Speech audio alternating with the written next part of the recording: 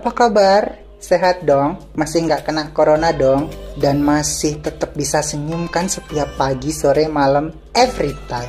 Oke, pasti kemarin kalian udah nonton dong video gue Lemongan yang duonya Barbar Reunian. Gimana? Gila nih kak? Setelah kalian nonton video itu, sekarang mari kita bahas sejarah dan cerita fakta di Gunung Lemongan. Nama lain Gunung Lemongan itu adalah Gunung Puji. Kenapa dinamakan Gunung Puji? Karena dulu itu sering diadakan ritual pemujian di sekitar lereng Gunung Lemongan oleh warga sekitar. Jadi Gunung Puji ini adalah gunung suci coy. Nah, ritual pemujaan itu biasanya mereka akan menyembelih satu ekor sapi dan kepalanya dikubur atau ditanam di lereng-lereng Lemongan. Jadi nama Puji itu bukan karena sok-sok menggaya atau sok kecakepan biar kayak Gunung Fuji di Jepang itu, no, tidak begitu. Tapi emang ini adalah gunung suci alias gunung untuk melakukan pemujian. Makanya dinamakan Gunung Puji. Kenapa gunung ini dinamakan Lemongan? Karena berawal dari perang antara Kertosuro dan Lamongan. Perang ini terjadi karena akal bulus politik adu domba dari VOC Company Belanda yang sangat nyebelin itu coy. Lamongan yang dipimpin oleh Adipati Purboyo dalam peperangan itu mengalami kekalahan. Ajur mumur pokoknya cah. Prajuritnya banyak yang mati bergelimpangan gak jelas. Karena kekalahan itu, Adipati Purboyo merasa kalau dia umurnya sudah mendekati ajal. Nah, raja-raja zaman dulu kalau misalnya merasa dia sudah mau meninggal, mereka itu akan menepi atau mengasingkan diri dari keramaian kota. Mereka bertapa di pegunungan, pokoknya intinya tuh mereka mengkonsentrasikan diri untuk menghadap Sang Pencipta. Begitupun Adipati Purboyo ini coy, beliau langsung bergerak move on atau pindah tempat dari Lamongan menuju ke Lumajang, yaitu mengikuti jejak saudaranya Pangeran Pakpak untuk bertapa di pertapaan Andong Cumawis, dan itu berada di sekitar lereng Gunung Lemongan. Setelah sekian tahun bertapa di Andong Cumawis, kemudian Adipati Purboyo ini naik ke puncak, bertapa di sana, menyepi di sana, hingga dia moksa. Buat kalian yang nggak tahu apa itu moksa itu adalah meninggal tapi jasadnya nggak ada. Jadi istilahnya tuh dia langsung kembali kepada Tuhan beserta jasadnya. Biasanya kalau orang mati jasadnya kan masih ada gitu ya coy. Nah kalau ini nggak. Kalau moksa itu meninggal bersama jasadnya tuh hilang, nggak ada. Konon katanya Prabu Brawijaya kelima itu juga moksa di Gunung Lawu sana. Karena Adipati Purboyo ini orang Lamongan, makanya oleh orang-orang sekitar gunung ini dinamakan Gunung Lamongan. Tapi karena warga sekitar Lumajang itu didominasi oleh suku ras Madura, yang mereka itu agak kesulitan menyebut kata la, makanya la itu menjadi le. Dari Lamongan menjadi Lemongan. Maka dari itu, gunung ini dinamakan Gunung Lemongan. Begitu ceritanya.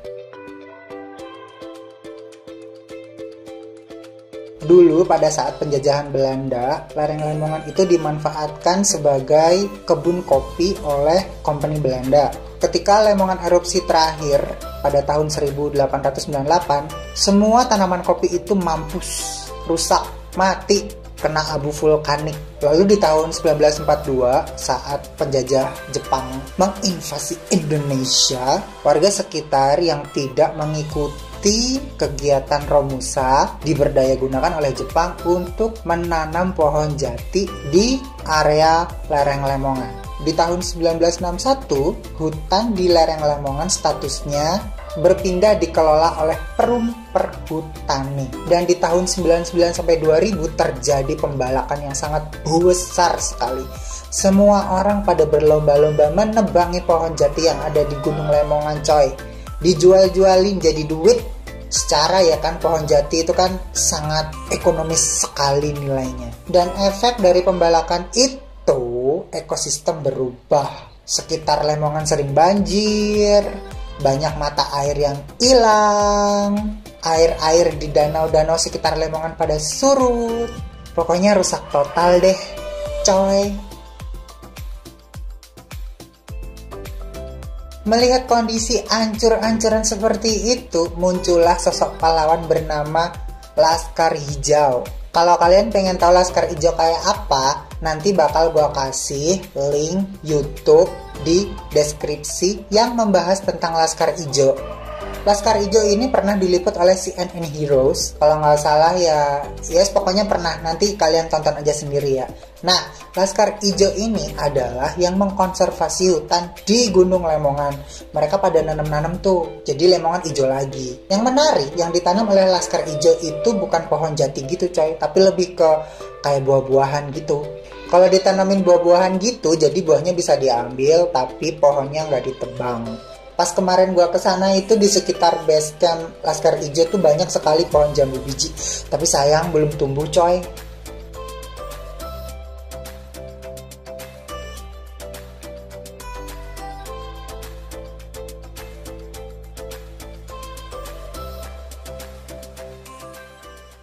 Jalur dari Watu Gede ke puncak itu didominasi sama batu kerikil pasir. Batunya tuh sekepal-kepal dan bertebaran di penjuru jalur. Pokoknya itu naik susah turun susah coy. Nah, kalau udah treknya model begitu itu bisa jadi ajang test drive buat sepatu dan sandal gunung kamu. Nah, kalau misalnya habis beli sandal gunung, sepatu gunung yang baru, yang branded, yang pokoknya kalau dibilang itu gear sultan gitu kan, cus bawa ke Lemongan. Kalau sandal dan sepatu gunung kalian turun dari Lemongan sehat walafiat, masih utuh, masih sempurna, masih baik-baik aja, itu artinya sepatu dan sandal gunung kalian emang the best. Gue 3 kali naik Lemongan pasti pakai sepatu yang paling jelek.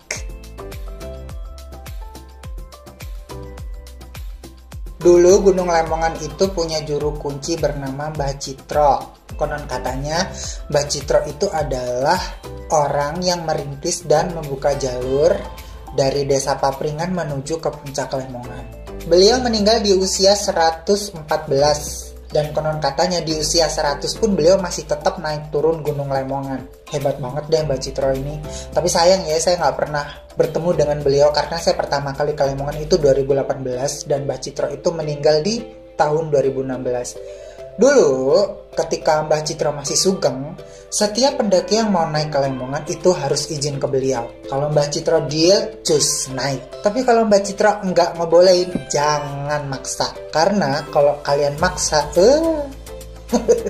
siap-siap wae tindak amun-amun. Dan konon katanya Mbah Citro ini adalah sosok yang sangat sakti mandraguna. Dan konon katanya gue tuh pernah denger cerita kalau Mbah Citro itu bisa naik ke Lemongan itu dari pos ke pos tuh dengan sangat cepat.